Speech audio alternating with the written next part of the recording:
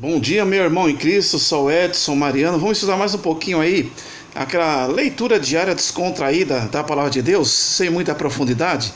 Nós já estamos no capítulo 3 do Evangelho de Mateus. Glória a Deus, apóstolo Mateus, ex-publicano, coletor de impostos.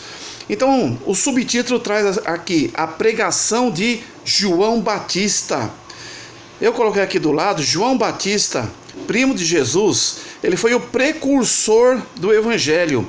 Foi ele que veio anunciar que aquele que estava prometido, o cumprimento das profecias lá do Velho Testamento, que viria um carvalho de justiça, um libertador, um renovo, esse estaria já agora nas terras de Israel, no tempo do nascimento de Jesus, a acontecer. João Batista foi o precursor. O que é isso? Aquele que abriu os caminhos para lembrar o povo judeu que as profecias lá atrás seriam cumpridas. E precisamos lembrar que o último profeta, denominado como profeta menor, Malaquias, no Velho Testamento, de Malaquias a Mateus, nós tivemos o período interbíblico, o período das trevas, onde Deus ficou num silêncio absoluto em relação ao contato, à sintonia com o seu povo, o povo de Israel. A pregação de João Batista. Vamos lá. E naqueles dias apareceu João Batista. Também o aparecimento dele foi profetizado também no Velho Testamento. Esse João Batista fez o quê? Pregando no deserto da Judéia. Por isso eu vos aconselho que você tenha uma Bíblia com mapa no final, ou até mesmo um livro especial de mapas das terras de Israel, das viagens missionárias de Paulo, como também dos impérios, babilônico, assírio, que mostra os mapas do Velho Testamento. Então a Judéia, nas terras de Israel, erroneamente chamada de Palestina, a Judéia fica ali na parte como se fosse não centro-oeste das terras de Israel, mas mais voltada para o sul. A Judéia, lá em cima no norte, Galileia, no meio, no centro-oeste, Samaria. Então João Batista, ele apareceu, começou o seu ministério aonde? Na Judéia. E João Batista, ele era filho de sacerdote, Zacarias e sua mãe Isabel. E dizendo, pregando o que? Arrependei-vos, porque está próximo o reino dos céus. Esse reino dos céus é o reino que também nós pregamos hoje, o reino de Deus. Está próximo, mas aqui ele está colocando uma condição, porque o povo estava totalmente desvinculado e fora do prumo, forma dos ditames da lei, salvo exceções. Então está pedindo aqui, arrependei-vos dos vossos pecados, arrependimento dos erros. Arrependei-vos porque está próximo o reino dos céus, seria então a primeira vinda de Jesus, o Salvador, também pregando o arrependimento contra os pecados e apresentando como nosso intercessor a vida eterna nele mesmo, em Cristo Jesus, perfeito Filho de Deus. Porque esse é anunciado pelo profeta Isaías. Então o profeta Isaías, no Velho Testamento, um profeta maior, esse profeta estava falando do precursor que falaria da vinda, da primeira vinda de Jesus, João Batista. Porque esse João Batista é anunciado pelo profeta Isaías, que disse, vós que clama no deserto, olha aqui, glória a Deus, vós que clama no deserto, preparai o caminho do Senhor, endireitai as suas veredas. Olha, preparai o caminho. Então ele estava anunciando e falando, ficai atentos, arrependei-vos, aquele libertador prometido, o intercessor para o reino dos céus, lá no Velho Testamento está para chegar. Esse era então o ministério de João Batista, que também batizava no Rio Jordão. E esse João Batista, olha aqui, tem umas características dele. As suas vestes de pelos de camelo e um cinto de couro em torno de seus lombos, e alimentava-se de gafanhotos e de mel silvestre. Uma característica aqui do vestuário de João Batista. Então, subindo um pouquinho a Bíblia aqui para o foco, então ia ter com ele Jerusalém e toda a Judéia. Isso estava gerando um impacto então em Jerusalém e toda a Judéia, porque Jerusalém ficava nas regiões da Judéia, nas terras de Israel. e toda a província adjacente ou próxima, circunvizinha ao Jordão, ao rio Jordão, que é um rio muito importante. E eram por ele batizados no rio Jordão, confessando os seus pecados. Olha, confissão de pecados, porque pecado é errar o alvo.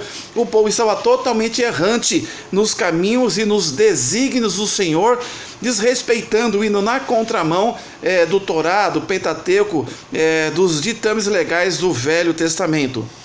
E vendo ele muitos dos fariseus e saduceus.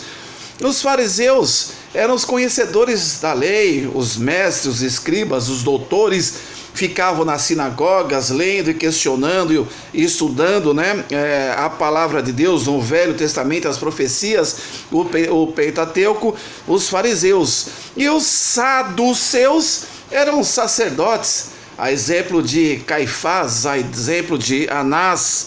Pois bem, um dos fariseus, Jairo, um episódio sobre a filha de Jairo curada por Jesus, muito importante. Esses eram aqueles, entre aspas, que diziam realmente ser detentor do conhecimento, da fidelidade, claro, com uma imensa hipocrisia, praticamente como falsos profetas perante o povo judeu.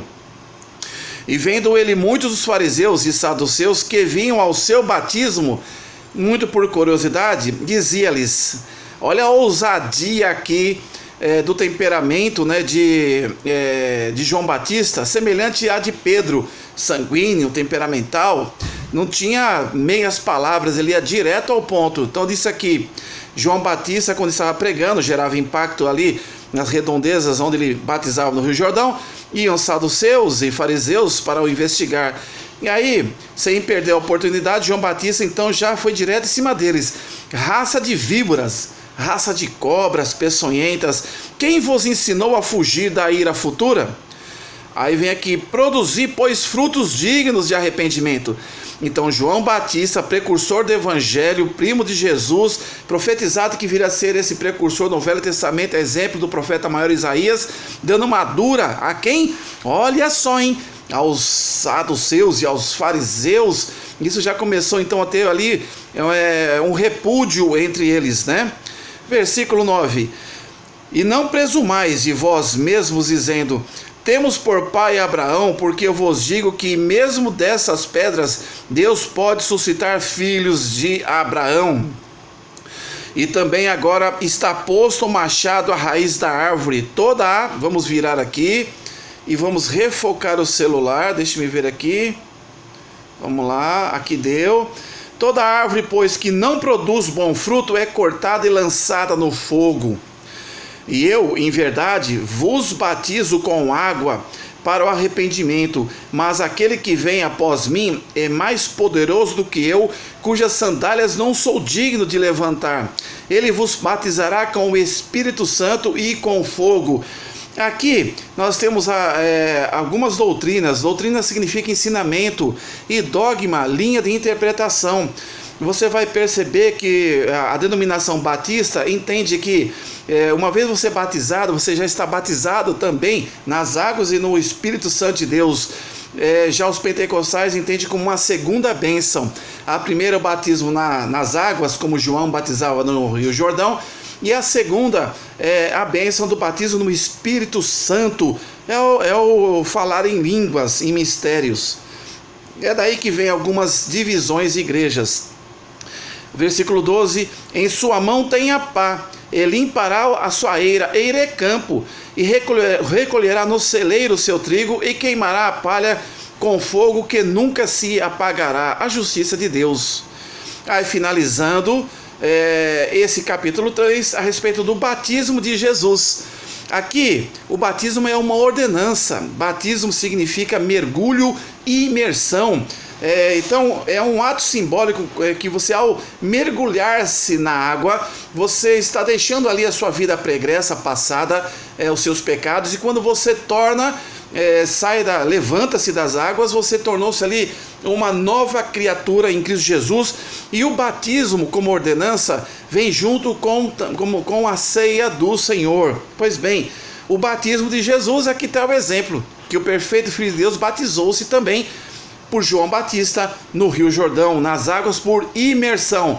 O batismo é mergulho e imersão, não é aspersão, não é água na cabeça e nem jogar água na cabeça, como a Igreja Católica faz com suas crianças. E também o batismo, ele é feito com a consciência, geralmente na fase de junior, do plano da salvação. Porque, como nós observamos em outras denominações, quando muito criança, a criança não tem discernimento do ato que ela quer fazer. Então, como é muito importante a criança ter discernimento para tudo. E é muito importante as nossas escolas dominicais, as professoras que ensinam as nossas crianças, para que elas possam, dentro da didática de ensino e aprendizagem, ensinar os nossos filhos, junto conosco, que a obrigação primeira é nossa, nos cultos, né, na igreja, cultos especiais para elas, onde essas professores ensinarão as crianças o caminho do Senhor, ao ponto de entenderem e terem livre arbítrio para decidirem se querem ou não participar do batismo do Senhor. Então veio Jesus da Galileia, norte da Galileia, das terras de Israel, ter com João na Judéia, sul da Galileia, junto do Jordão, para ser batizado por ele. Que privilégio, hein? Mas aqui é uma conjunção, mas, porém, contudo, entretanto, mas João opunha-se-lhe, dizendo: eu careço de ser batizado por ti, e vem tu a mim? Olha, é interessante a humildade aqui, né? Porque realmente Jesus é o Todo-Poderoso. Jesus, porém, respondendo, disse: deixa por agora, só nessa situação, porque assim nos convém cumprir toda a justiça, cumprir o que estava dito ali pelos profetas no Velho Testamento a respeito do ministério de João Batista e o que ele estaria vindo cumprir perante aí o início do ministério de Jesus. Então ele o permitiu. E sendo Jesus batizado, subiu logo das águas. Então ele foi imerso. Batismo significa imersão. Vamos subir a Bíblia um pouquinho. E eis que se abriram os céus e viu o Espírito de Deus descendo como pomba. Um dos símbolos do Espírito Santo é a pomba. Símbolos, tá? Não que a pomba seja o Espírito Santo. E vindo sobre ele, ele quem? O perfeito Filho de Deus. Aqui tem letra minúscula, eu colocaria em maiúscula, mas não faz diferença, não importa. E eis que uma voz dos céus dizia: esse é meu Filho amado, em quem me comprazo, Filho primogênito, Jesus, perfeito Filho de Deus. Eis aí que completamos o capítulo 3 de Mateus. Que Deus abençoe essa leitura diária e as informações que sucintamente passamos para vocês. Que Deus te abençoe, se sentir do coração, passa essa leitura à frente, que possamos ser evangelistas tanto presencialmente como virtualmente, por qualquer meio que esteja em nossas mãos. Que Deus abençoe sua vida, no nome do Pai, do Filho e do Espírito Santo de Deus, hoje e para todo sempre. Lembre-se, tenha a Bíblia como a sua única regra de fé e prática.